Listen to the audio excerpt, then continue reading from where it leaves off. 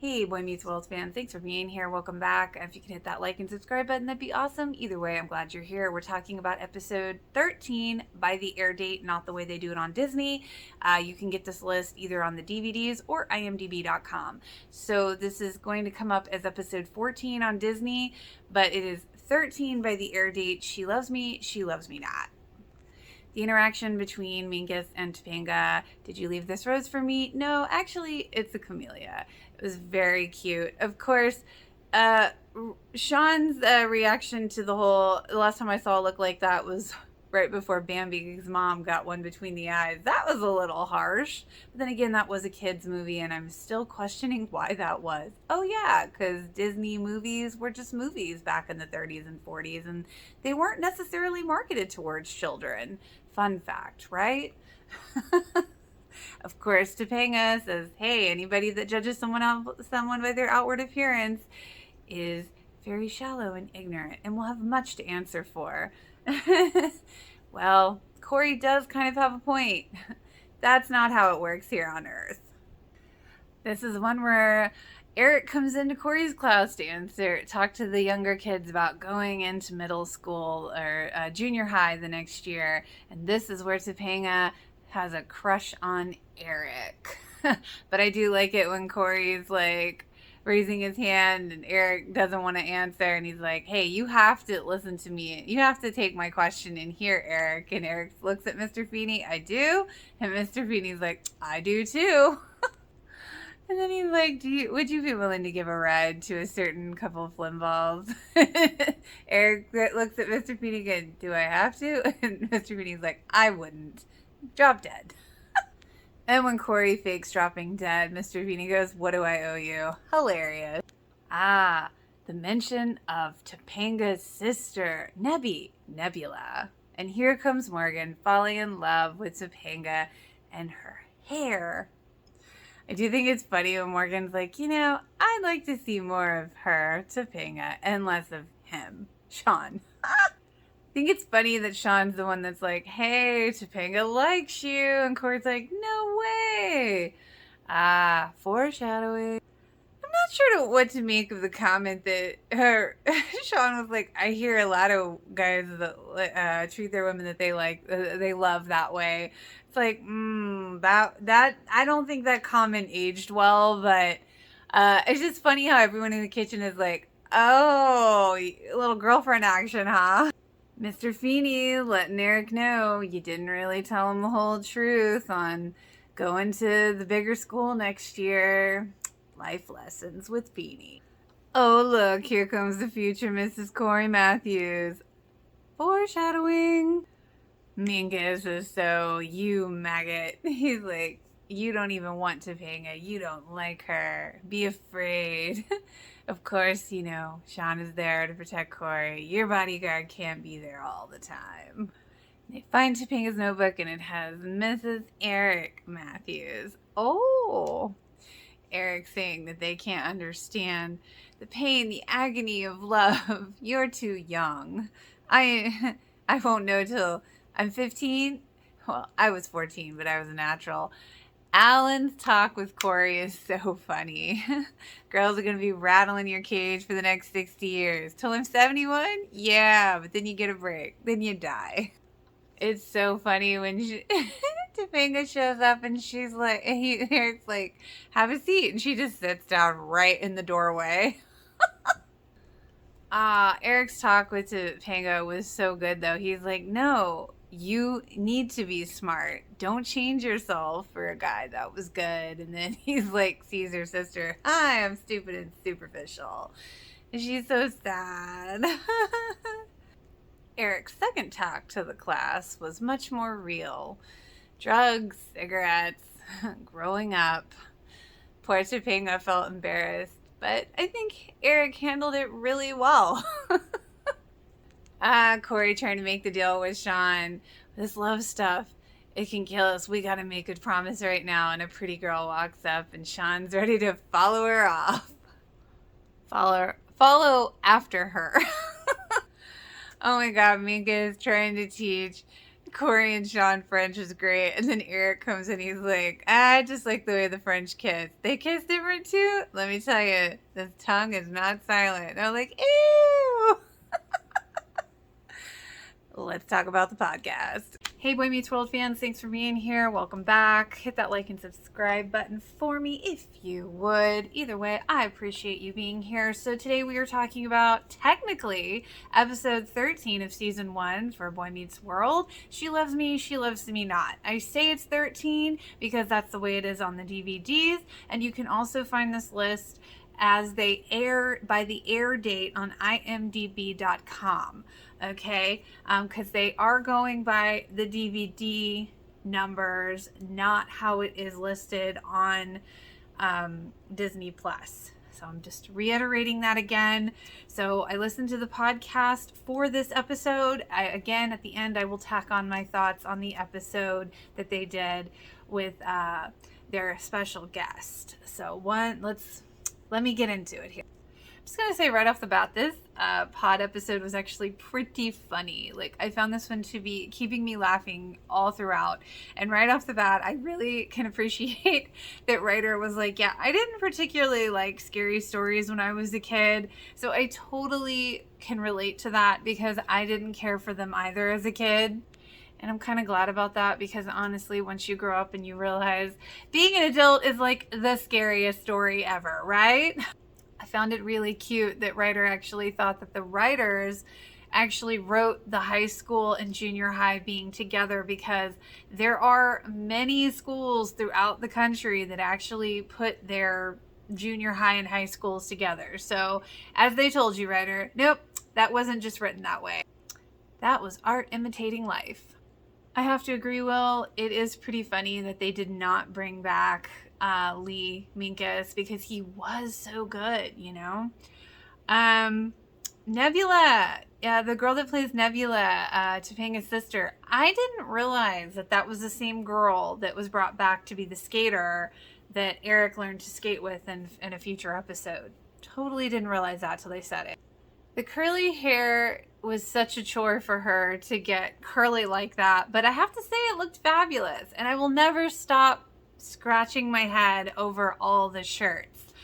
And okay, so here's my take on the armpit fart from Sean that Corey voiced. I feel like it's kind of like best friends finishing each other's sentences or insults.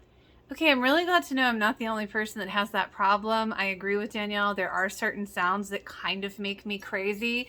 So I totally am with you on that. And honestly, I have to say, I agree with all of them about the people that like will watch something on their phone without headphones. I think that is so rude.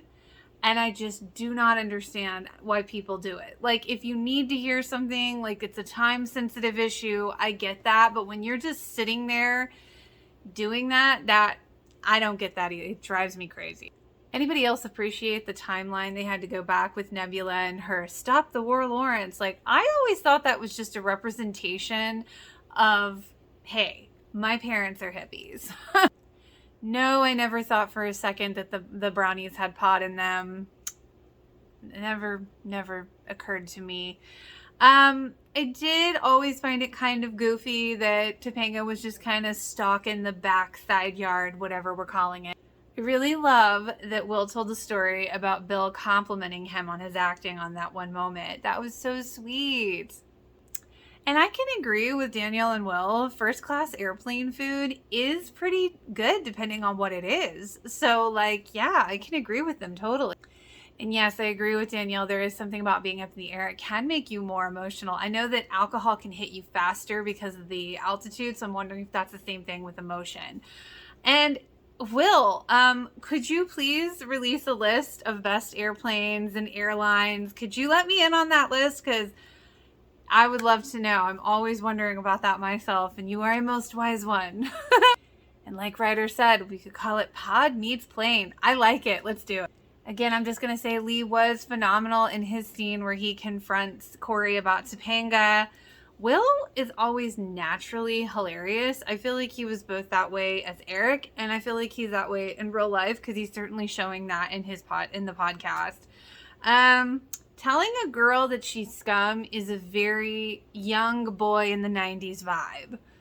Okay, so when Corey picks up the bone that they were cracking up about, was that like possibly like a connection to all the dino shirts that is what kind of bone was it? I totally just missed this. And I'm like, well, maybe it was like a dinosaur bone like to go with all his dino shirts, maybe a connection or no? Yes, I suppose Alan and Eric don't really like each other in this episode, as there was no acknowledgement, as they pointed out. And the Burt Reynolds pose for Eric on the couch, hilarious. Danielle still remembering the way Will's palms smell. And the fact that here's Danielle noticing a moment, a detail that Will didn't notice, that, oh, you wiped your palm before you put it on my face. That was very nice of you. I think that's Will just keeping it classy. And I'll always say, I think keeping Leon would have been an interesting idea for the show. But at the same time, considering where the Corey and Topanga trajectory was moving, I don't know if that would have meshed so well. So they probably saw that coming.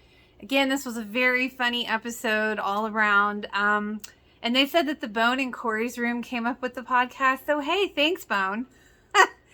And Christine Lakin will be on the next podcast. So, yay for that. And I'm going to try this out. Love y'all. Video dismissed. Actually, we're going to talk about the person that... We're going to talk about the other podcast. There's two. There's so much freaking content with this show. Okay, so Marla Sokoloff. I always knew her as Gia from Full House. That's how I always knew her. But I knew she had been in so many things. And so right off the bat, I think it's funny how she asked her, would you ever want your kids in this business? And of course she says no. I mean, think of how many actors say that answer. So it's very telling, y'all, for their own kids. I do find it really sad that there's so many child stars out there that had not so great parents, but at the same time, I can understand if a parent is like changing their whole life to, you know, get this kid to these auditions and be there and et cetera, et cetera. So like there has to be some kind of compensation, but it just seems like it's very messy. I think money with family is just messy in general. Isn't it crazy to think that there was a moment that maybe Marla would have been Topanga? Like, oh my God, that's crazy. I can't, and that's like an alternate universe kind of thought. Oh, how sad was it that Will was like, yeah, I had to pull my headshot out of the trash after a casting person threw it there. That would be very horrible for one's self-esteem. Now, I'm going to have to disagree with Marla on one point about the red dye number 40. I actually can attest that this is not a made-up thing. I've actually suffered from migraines since I was 12, and number red dye 40, which is in a lot of foods, actually can trigger migraines. So there is kind of a reaction, allergically speaking, in a different way towards that. So I am just going to throw it out there because I know that's not a made-up thing, even though it sounds made up. So like, hearing them talk about their experiences, it really makes you think that like acting is just like a mind game that just kills your confidence. I can see that very much so. And Danielle, I love giving gifts too, but I also like receiving them. It's fun. And hey, Will, I'm right there with you. I thought Dabbled was a new app or something too, so don't feel bad. Will in a Hallmark movie. I can and I can't imagine this. I'm conflicted. I think I'm conflicted. Let's see. Okay, so I did watch all of Hollywood Darlings, and the Will episodes were great. I mean, that whole show was just hilarious. And And I'm going to say, I think Marla kind of possesses the kind of confidence that we all wish to aspire, and we want to. She inspires everyone. You want to obtain that kind of confidence, just like everyone, not just actors, And let's see. Oh yes, I'm all for Will Shirt's ideas. And the map. I think the map would be a great idea. Okay, I'm going to try this again. So now I'm going to say it. Love y'all. Video dismissed.